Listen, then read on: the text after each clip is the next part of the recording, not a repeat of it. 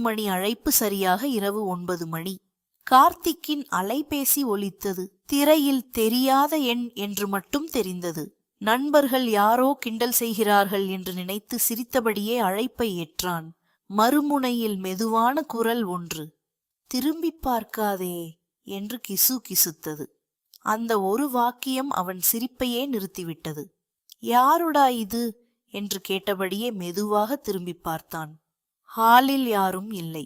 மூலையில் இருந்த அவன் பூனை மட்டும் ஜன்னலை பார்த்தபடியே உறைந்து நின்றது. அடுத்த நொடியே அது பயந்தபடி ஓடிவிட்டது. கார்த்திக்கின் இதயத் துடிப்பு சற்று வேகம் அடைந்தது.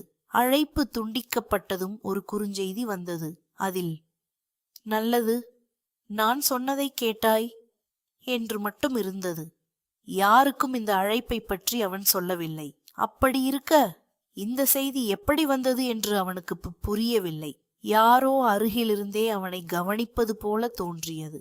உடனே தனது நெருங்கிய தோழி நந்தினிக்கு அழைத்தான். அவள் இதையெல்லாம் கேட்டு வயிறு குலுங்கச் சிரித்தாள். யாராவது உன்னை ஏமாற்றுறாங்க என்று சொல்லிக் கொண்டிருந்த போதே அவளது அழைப்பு திடீரென்று துண்டிக்கப்பட்டது. சில நொடிகளில் அதே தெரியாத எண் மீண்டும் கார்த்திக்கின் அலைபேசியில் ஒலித்தது. இந்த முறை அந்த குரல், வீட்டுக் கதவை திற என்று அமைதியாகச் சொன்னது. கார்த்திக் உடனே மறுத்தான். அடுத்த நொடியே கதவில் 3 மெதுவான தட்டல்கள் கேட்டன. தைரியத்தை வரவழைத்துக் கொண்டு கதவின் கண்ணாடி வழியே பார்த்தான். வெளியே ஒரு உணவு டெலிவரி பையன் நின்றிருந்தான். ஆனால் அவன் எதையும் ஆர்டர் செய்யவே இல்லை. குழப்பத்துடனே கார்த்திக் அந்த பார்சலை வாங்கினான். கதவை மூடி மெதுவாக பெட்டியை திறந்தான். உள்ளே பீட்சாவோ உணவோ இல்லை. அதற்கு பதிலாக ஒரு மஞ்சள் நிற ரப்பர் கோழி பொம்மையும் முதல் சுற்று முடிந்தது என்று எழுதப்பட்ட சிறிய அட்டையும் இருந்தது. பயத்துக்கு நடுவிலும் அவனுக்கு சிரிப்பு வந்தது. அந்த நேரத்தில் வீட்டிலிருந்த மின்விளக்குகள் 2 முறை மின்னின. யாரும் தொடாத தொலைக்காட்சி தானாகவே இயங்கியது. அதில் ஒரு குரங்கு வேடிக்கையாக நடனமாடிக்கொண்டிருந்தது. திடீரென்று அது திரையிலிருந்து கார்த்திக்கு பின்னால் விரலை காட்டியது. மீண்டும் ஒரு முறை அவன் பதற்றத்துடன் திரும்பி பார்த்தான். பின்னால் யாரும் இல்லை. ஆனால் அலைபேசி மீண்டும் அதிர்ந்தது. உன் வேகம் அருமை என்று ஒரு செய்தி வந்திருந்தது. கார்த்திக்கின் கோபம் அதிகரித்தது. யாராக இருந்தாலும் நேரில் வா என்று கத்தினான். அடுத்த நொடியே சமையல் அறையில் இருந்த குளிர்சாதன பெட்டி தானாக திறந்து அவனுக்கு பிடித்த உருளைக்கிழங்கு சிப்ஸ் பாக்கெட் கீழே விழுந்தது. அந்த நேரத்தில் நந்தினி நேராக கார்த்திக்கின் வீட்டுக்கு வந்தாள். நடந்த அனைத்தையும் பார்த்ததும் முதலில் சிரித்தாள். யாரோ உன்னை நன்றாக மாட்டிவிட்டார்கள் என்று கிண்டல் செய்தாள். அவள் பேசிக் கொண்டிருக்கும் போதே அவளது அலைபேசியும் ஒலித்தது. அதிலும் தெரியாத எண் என்று தோன்றியது. தைரியமாக அழைப்பை ஏற்ற நந்தினியின் முகம் சில நொடிகளில் மாறியது. மறுமுனையில் அதே குரல், இப்போது விளையாட்டில் நீயும் இருக்கிறாய் என்று மெதுவாகச் சொன்னது. இருவரும் ஒருவரை ஒருவர் பார்த்து கொண்டனர். இது சாதாரண கிண்டல் இல்லை என்று அவர்கள் இருவருக்கும் தோன்றியது. உண்மையான மர்மம் இப்போதுதான் தொடங்கியது. சில நொடிகளில் நந்தினியின் அலைபேசிக்கு ஒரு குறுஞ்செய்தி வந்தது. அதில், ஊர் பூங்காவின் பழைய ஆலமரத்துக்கு வாருங்கள், அடுத்த குறிப்பு அங்கே இருக்கிறது என்று எழுதப்பட்டிருந்தது. இருவரும் ஒருவரை ஒருவர் பார்த்தனர். பயம் இருந்தாலும் உண்மையை கண்டுபிடிக்க வேண்டும் என்ற ஆர்வம் அதிகமாக இருந்தது. டார்ச் லைட்டை எடுத்துக்கொண்டு இரவு நேரத்திலேயே அவர்கள் புறப்பட்டார்கள். பூங்கா முழுவதும் அமைதியாக இருந்தது. காற்றில் மரங்களின் இலைகள் மட்டும் சலசலத்தன. ஆலமரத்தின் கீழே ஒரு சிறிய மரப்பெட்டி கிடந்தது. கார்த்திக் அதை திறந்தான். உள்ளே 2 சாக்லேட்டுகளும் இவ்வளவு சீக்கிரம் கண்டுபிடித்து விட்டீர்களே என்ற குறிப்பு மட்டுமே இருந்தது. இவ்வளவு தூரம் வர வைத்து சாக்லேட்டா என்று நந்தினி சிரித்தாள். கார்த்திக்கும் சிரிப்பு வந்தது. அடுத்த குறிப்பில், மீண்டும் வீட்டுக்குச் செல்லுங்கள், உண்மையான விளையாட்டு அங்கே காத்திருக்கிறது என்று எழுதப்பட்டிருந்தது. இவங்க நம்மள ஓட வைக்கத்தான் திட்டமிட்டிருக்காங்க போல என்று கார்த்திக் சொன்னான். இருவரும் சிரித்தபடியே வீட்டை நோக்கி நடந்தார்கள். வீட்டு கதவை திறந்ததும் இருவரும் அதிர்ச்சியில் உறைந்தனர். ஹால் முழுவதும் வண்ண விளக்குகள் எரிந்து கொண்டிருந்தன. மேலே ஒரு சிறிய டிஸ்கோ பந்து சுழன்று கொண்டிருந்தது. திடீரென்று வண்ணக் காகிதங்கள் மழை போல் கொட்டின. கார்த்திக் தும்ம நந்தினி சிரித்துச் சிரித்து வயிறு வலித்தாள். அந்த மகிழ்ச்சி சில வினாடிகளே நீடித்தது. இசை திடீரென்று நின்றது. வீடு முழுவதும் மீண்டும் இருளில் மூழ்கியது. அதே நேரத்தில் அலைபேசி ஒலித்தது. மறுமுனையில் அந்த மர்மக்குரல் அமைதியாக, "இறுதிச் சுற்று இப்போது ஆரம்பம்" என்றது. இருவரின் முகத்திலும் இருந்த சிரிப்பு மெல்ல மறைந்தது. அழைப்பு துண்டிக்கப்பட்டவுடன் வீடு முழுவதும் அமைதி நிலவியது. அப்போது மேல் மாடியிலிருந்து மெதுவாக காலடி சத்தம் கேட்டது. ஒவ்வொரு அடியும் அவர்கள் இதயத் துடிப்பை அதிகப்படுத்தியது. கார்த்திக் அருகில் இருந்த ஒரு துடைப்பத்தை எடுத்துக்கொண்டான். நந்தினி சிரித்தபடி ஒரு தலையணையை ஆயுதமாக பிடித்தாள். "தலையணையா ஆயுதம்?" என்று கார்த்திக் மெதுவாக கேட்டான். "அடிக்கல்ல, பயந்தா முகத்துல போட்டுடுவேன்" என்று நந்தினி பதில் சொல்ல, அந்த பதட்டத்திலும் இருவரும் சிரித்தனர். அந்தச் சிரிப்பே அவர்களுக்கு தைரியம் கொடுத்தது. மெதுவாக மாடிப்படிகளை ஏற ஆரம்பித்தார்கள். மேல் மாடி கதவு மெதுவாக திறந்தது. மங்கலான வெளிச்சத்தில் ஒரு பெரிய நிழல் மட்டும் தெரிந்தது. கார்த்திக் கண்களை மூடிக்கொண்டு துடைப்பத்தை வீசினான். "ஐயோ!" என்று ஒரு குரல் கேட்டது. இருவரும் பயந்து பின்னால் நின்றனர். விளக்கை ஒளிர வைத்தபோது முன்னால் நின்றிருந்தது கார்த்திக்கின் செல்வம். மாமா தலையை தடவிக்கொண்டு, "டேய், வரவேற்பு பலமா இருக்கு" என்று சிரித்தார். கார்த்திக்கும் நந்தினிக்கும் வெட்கமாகிவிட்டது. ஆனால் மாமாவின் முகத்தில் இருந்த குழப்பம் உண்மையானது. அவருக்கும் இந்த விளையாட்டை பற்றி எதுவும் தெரியவில்லை.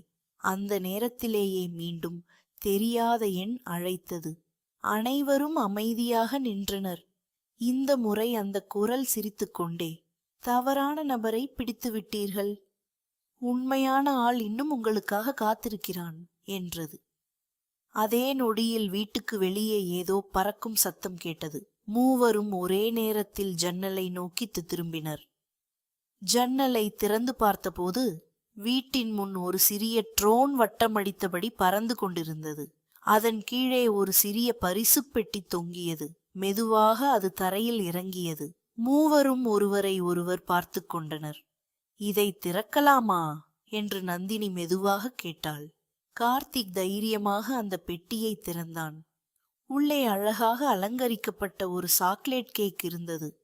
அதன் மீது "தைரியத்தின வாழ்த்துகள்" என்று எழுதப்பட்டிருந்தது. மூவருக்கும் எதுவும் புரியவில்லை. ஆனால் நந்தினியின் முகத்தில் மட்டும் ஒரு குறும்புச் சிரிப்பு மெல்ல தெரிந்தது. "நந்தினி, உனக்கு ஏதாவது தெரியுமா?" என்று கார்த்திக் சந்தேகமாக கேட்டான். சில நொடிகள் அமைதியாக இருந்த அவள் திடீரென்று சிரிக்க ஆரம்பித்தாள். "சரி, இனிமேல் மறைக்க முடியாது" என்றாள். இந்த விளையாட்டின் பெரும்பாலான திட்டங்களை தான் அமைத்ததாக ஒப்புக்கொண்டாள். பீட்சா பெட்டி, ரப்பர் கோழி, பூங்காவில் இருந்த சாக்லேட், வண்ண விளக்குகள், டிஸ்கோ பந்து எல்லாமே நந்தினியின் திட்டம். கார்த்திக் எப்போதும் சின்ன விஷயத்திற்கு கூட பயப்படுவான். அந்த பயத்தை போக்கவும் அவனுக்கு ஒரு மறக்க முடியாத அனுபவத்தை தரவும் இந்த விளையாட்டை உருவாக்கியிருந்தாள். கார்த்திக் சிரித்துக்கொண்டே, "நீ ஒரு பெரிய குறும்புக்காரி" என்றான். அந்த நேரத்தில் கார்த்திக் ஒரு கேள்வி கேட்டான். "சரி, எல்லாம் நீதான் செய்திருந்தால் அந்த மர்மக்குரலில் யார் பேசினார்கள்?" நந்தினியின் சிரிப்பு உடனே நின்றது. "நான் யாரையும் பேசச் சொல்லவே இல்லையே" என்றாள் அவள். அந்த ஒரு பதில் மூவரின் முகத்திலும் இருந்த சிரிப்பை ஒரே நொடியில் மறைய வைத்தது. மூவரும் பேசாமல் ஒருவரை ஒருவர் பார்த்து கொண்டிருந்தனர். அப்போது வீட்டின் எல்லா அலைபேசிகளும் ஒரே நேரத்தில் ஒலித்தன. 3 திரைகளிலும் ஒரே வார்த்தை தெரிந்தது: தெரியாத எண். யாருக்கும் அழைப்பை ஏற்க தைரியம் வரவில்லை. சில வினாடிகளுக்குப் பிறகு அழைப்பு தானாகவே துண்டிக்கப்பட்டது. அதற்கு பதிலாக ஒரு குறுஞ்செய்தி வந்தது.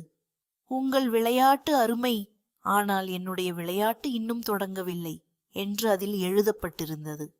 நந்தினி அந்தச் செய்தியை பார்த்து திகைத்துப் போனாள். "இது நான் அனுப்பியதில்லை" என்று நடுங்கிய குரலில் சொன்னாள். அந்த வார்த்தைகள் அனைவரையும் அமைதியாக்கின. அந்த நேரத்தில் வெளியே இருந்த ட்ரோன் திடீரென்று தானாகவே மீண்டும் பறக்க ஆரம்பித்தது.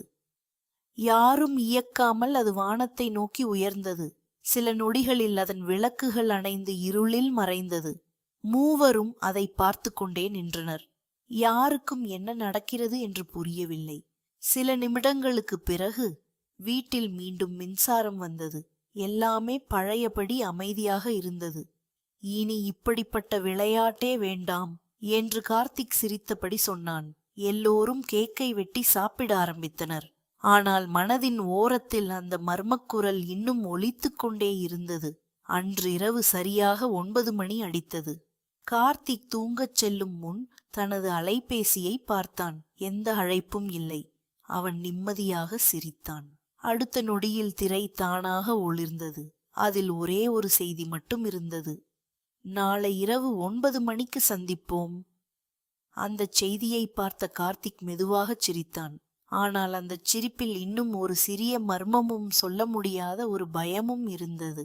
அந்த இரவு முழுவதும் கார்த்திக்கு தூக்கம் வரவில்லை. அலைபேசியை பல முறை திறந்து பார்த்தான்.